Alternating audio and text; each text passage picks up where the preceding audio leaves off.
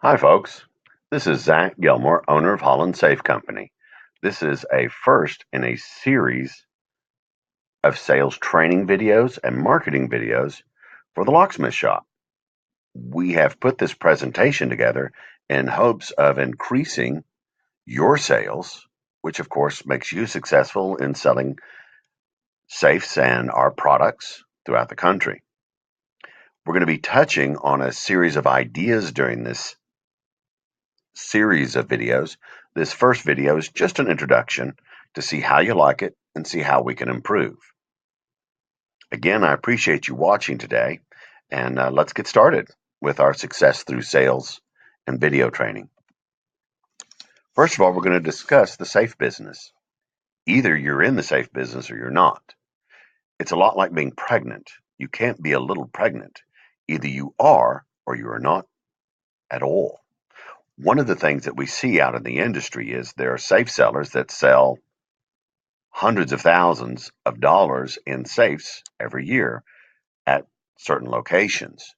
And then we run across other retailers that don't carry any, or perhaps carry two or three safes in their showroom. They'll often pull out a catalog in the back, and they'll use the catalog to start selling the safes. You can do this, but let's look at that honestly. These days, people want to touch and feel the product. They want to touch and feel the safes. If you don't have the safe in stock, they're going to go someplace else. The excuses that we often hear about not having safes in stock is, I just don't have room. Well, the reality of that is you do have room, you just haven't made the room for safe sales. We want to look at the profit margins and the sales that we're doing in our retail establishment. Because if you're going to have a retail location, you want to be retailing something. Now, the first thing that is most obvious in retailing is keys. Now, let's say we're selling keys at about 800 a month. And it takes us all month to cut those 800. And of course, they're sporadic throughout the month. That 800 keys is going to bring us in an income, if we average about $2 per key, of about $1,600. Now, that's kept you busy. And if you had to reduce that down to number of hours, you've spent several days, as far as time goes, just cutting keys. Now, let's say you sell a TL15 or just a fire and burglary safe with an average median price tag of, say, $1,600. That one safe sale, that one time, that one month is going to bring you in the exact same amount of sales as cutting that 800 keys. You will have to spend time with that customer just like you have to spend time cutting keys. But normally it's only about 10 to 15 minutes per customer. On average, they may come in and take a look around and you'll spend some time educating them, and then they'll leave and kind of think about it. But within the next week to 2 weeks, they'll be back to purchase. So you want to process the cost per the amount of time that you're receiving. So safe sales can really increase your retail sales along with your keys. Some of the points that we're going to be discussing in our video series, as well as today, is one, why are we here? What are we really trying to do as retailers and as locksmiths in this industry? The next series of videos will cover ideas such as building rapport with our customer, open-ended questions, what to ask, what is the number one question in asking someone that's looking for a safe, discussing the keys to our success in safe sales, as well as some very interesting statistics, and then some notes on customer service. First, why are we here? The number one reason for failure in this industry is fear. Locksmiths tend to fear the process of selling the safe. You want to think about ourselves not as being that creepy used car salesman that we've all seen in the movies. We're not con artists. Our job is as a security expert is to educate. The customer has already been exposed to other safe products in big box retailers.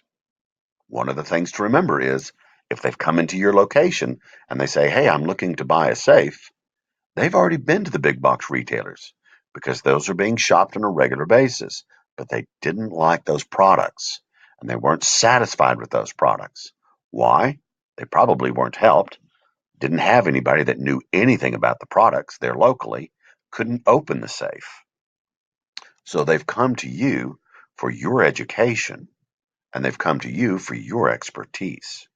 Remember, you and I are not that creepy used car salesperson.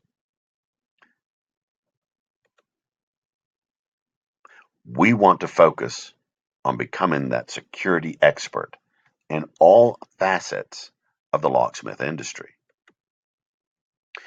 What is an expert? Someone who knows just a little bit more than that customer does. It's not hard. What does it take to be an expert? You have to know your products that you're selling, and in order to do that, you have to take the time to learn them. Now, when I was a locksmith, one of the hard things was I was in a small town and finding a local locksmith that already knew and hiring somebody on my staff that already knew locksmithing was next to impossible. So I had to train everybody, which is one of the reasons we're producing this video series. We also have a series of videos on product training on our YouTube channel. It's Hollon Safe official channel there on youtube.com. It's important to have these new people watch these videos because you, as the owner, don't have time to spend with all the training that needs to be done. Take advantage of these training tools. Next, you want to know what your competition's products are, both the good points and the bad points. And in order to do that, you got to know what's being sold locally. An important thing to remember is do not slam the competition at any time. It's very easy to do that when we're a beginner in sales, but it's much more of a teaching and educational standpoint of saying things of how the product that you're selling is superior and why it is superior to the other products. Let's look at some of the top complaints of salespeople. And this is in general. This isn't just in the safe industry, in the locksmith industry. This is in any industry that everybody takes a part in. The number one complaint is always the price is too high. Well, that's not usually the case. There are Mercedes-Benz that are being sold out there by the thousands, and they're at $80,000. And those are definitely the more high-end products. There are also some less expensive Kias, Hyundais, some Ford and Chevys that are under $20,000, and they certainly sell a bunch of those. So price doesn't necessarily mean that you're not going to sell something. It means you have to educate and direct the customer in how your product is superior. Two, there's normally a lack of knowledge on the product, both on the salesman side and on the customer side. Most customers don't come in knowing a lot about safes. Why? Because nobody ever takes the time to educate them. And that's one of the big things that we're going to go over in this series is how to give them a quick and general education on the differences of safes. 3, salespeople will often say, "My customers just don't need the product." Well, yes, they do. Safe sales are at an all-time high over the last 10 years compared to previous decades. The products of safes are still growing industry. You will find that there's also some other objections that I have not touched on here. You may have some other objections in your mind that need to be addressed. If you'll give us some feedback on this video, I'd love to take the time in the next video to handle those objections and kind of show you how to overcome them. Now let's look at the real reason that customers don't buy. Normally, as a consumer, you and I are confused about the products. Our purpose here is to clean up the confusion. We want to stop that confusion. That's going to take an education. Let's take a laptop computer, for instance. There are laptop computers that you can purchase for $500, and there are laptop computers that you can purchase for $2,000. Why do I need a $2,000 laptop? Well, in order for me to know why I would need one, I have to have somebody that knows something. I'm not going to sit down with a manual and read the manual and try to figure out why. It takes a salesperson to teach me and say, here's why, here's the difference, here's what's going to happen in the long term if you buy this more expensive laptop. However, you're going to lose some of these qualities if you go with the lesser expensive laptops. And here are some of the things that you're going to be losing as you drop down in price. That education helps me to decide, what do I really need? Maybe really all I do need is the $500 laptop. Or maybe I need something in between. Maybe more around $800, $900 laptop. Something to think about. But our job as security experts is to clean up that confusion. One of the first things that we do as a retailer is I want to turn the table on us. Have you ever felt ignored when walking into a store? Have you ever had a horrible service experience? If you can say yes to this, which almost all of us can, what did you do? If you were like me, you left. Which is something to think about. As locksmiths, we often forget about our retail storefront. We're busy on the phones. We're busy dispatching our locksmiths that are out in the field. We're busy cutting keys. And yet that customer that comes in the front door, it just takes a moment to be greeted. So we want to think about that and think about our storefront from the locksmith's perspective.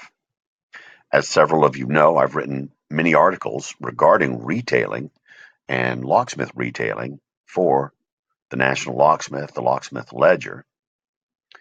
And this is a compilation of a lot of those articles. And we want to build on those. First, let's look at how our customers see us. When they first walk in the door, what is our dress code? Do we look nice? Are we clean cut? Did we shave? Are we always attentive? Do we engage in horseplay in front of our guests? This was a common problem at my locksmith shop. You get all the service techs in there first thing in the morning, or middle afternoon, or towards the end of the day, and the guys are having a good time. And before you know it, no one's waiting on the customer. We often are accused of grouping up.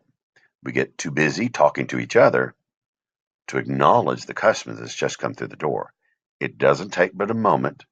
And even if you're on the phone, you can wave at that customer that just came in and make eye contact with them. They'll know that you're on the phone and they'll be patient and wait. But we have to take the time to at least greet them. In our next series, we're going to cover 6 ways to create a memorable customer experience. And we'll continue our safe sales training. Please let us know how you like it and how we can improve. Thanks so much.